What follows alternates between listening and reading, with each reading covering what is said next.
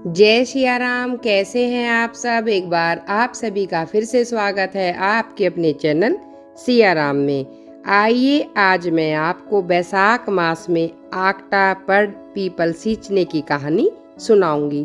नर्मदा नदी के तट पर बहुत पुराना छोटा सा गांव है। उस गांव में एक बुजुर्ग वैश्य दंपत्ति अपने बेटे और बहू के साथ रहते थे। उस दंपत्ति का नियम से नर्मदा के घाट पर जाकर स्नान करके सूर्य को अर्घ्य देना और आकटे के पेड़ को सींचना। एक बार की बात है, बैसाख लगने वाला था। वह अपनी पत्नी से बोला, भगवान कुछ तबीयत ठीक नहीं है, ऐसा लगता है बैसाख स्नान करने का नियम इस बार टूट जाएगा। तब उसकी पत्नी ने अपने पति से कहा, आप इतने परेशान क्यों होते हो। भगवान की कृपा से हमारे दो बेटे और बहू हैं। आप अपने दोनों बेटे और बहू से कह दो, उनमें से कोई ना कोई आपको नर्मदा का जल लाकर दे देगा। इस प्रकार हम दोनों जोड़े से स्नान करेंगे। तब उसकी पत्नी बोली, आपने तो मेरे मन की बात छीन ली। हम दोनों अवश्य स्नान करेंगे। अपने बेटे बहू को अपने पास बुलाया, अपने मन की बात उनको बताई और बताया कि मैं नौकरी के लिए जाता हूँ पिताजी, इसलिए यह काम मैं नहीं कर पाऊंगा। तभी बड़े बेटे की बहू बोली, एक दो दिन की बात होती तो बाबूजी मैं निभा देती, लेकिन पूरे बैसाख मास का नियम मैं नहीं निभा पाऊंगी। छोटा बेटा और बहू बोले, बाबूजी आप चिंता ना करें, हम दोनों आपको एक जारी पानी भरकर रोज ला कर देंगे। आप दोनों जोड़े से अवश्य स्नान करेंगे। ऐसा कहकर दोनों बेटे बहू अपने कमरे में चले गए। वैश्य का छोटा बेटा अपनी पत्नी से बोला, सुशीला मेरे मन में एक विचार आया है।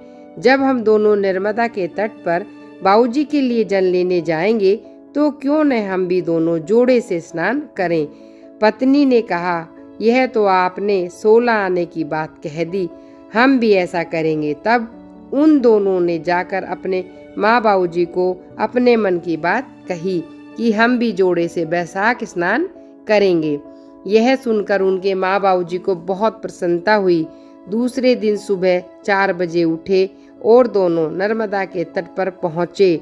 उसके छोटे बेटे ने नर्मदा घाट पर जाकर मर्दाना घाट पर स्नान किया और बहू ने जनाना घाट पर स्नान किया और उसके बाद दोनों एक एक जारी पानी अपने माँ बाबूजी को लाकर दे दिया। उसके माँ बाबूजी ने उसमें से एक लोटा जल निकाल लिया, बाकी जल से स्नान किया। लोटे के जल से सूर्य भगवान को जल दिया और बड़ पीपल आकटे को जल दिया, पूजा की और 5 परिक्रमा भी की।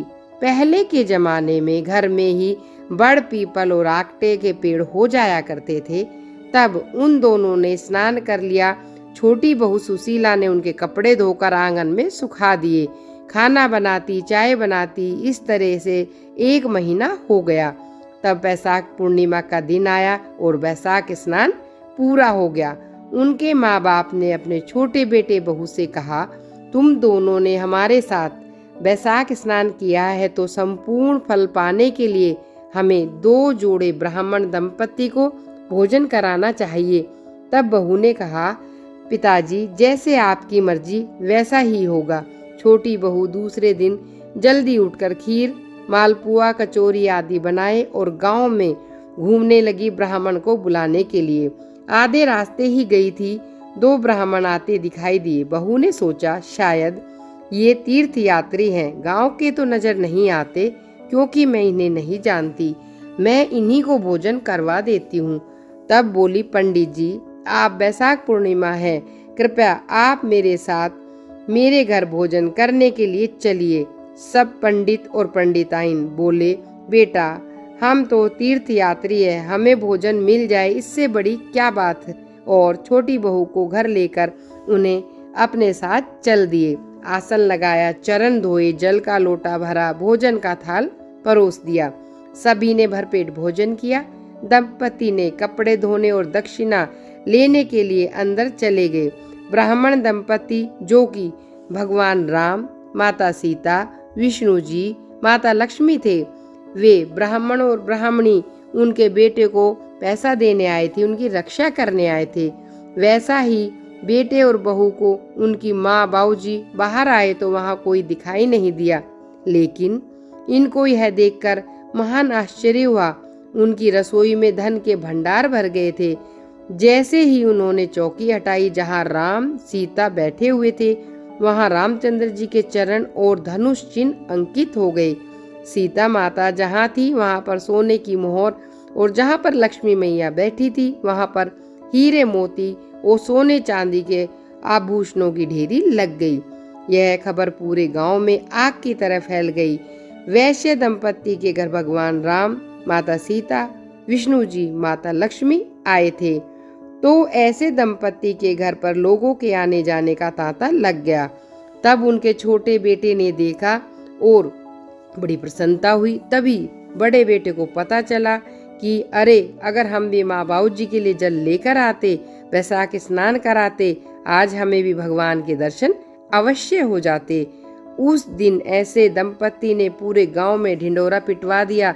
पूरे वैशाख मास में स्नान करने और बड़ आकटा सींचने, इन तीनों की पूजा करने से दरिद्रता दूर होती है, घर में सुख शांति आती है। इसलिए अगर पूरे वैशाख व्रत करना संभव ना हो तो वैशाख स्नान करने के बाद बड़, पीपल, आकटे के पेड़ की पूजा अवश्य करें। इससे घर की दरिद्रता दूर होती है।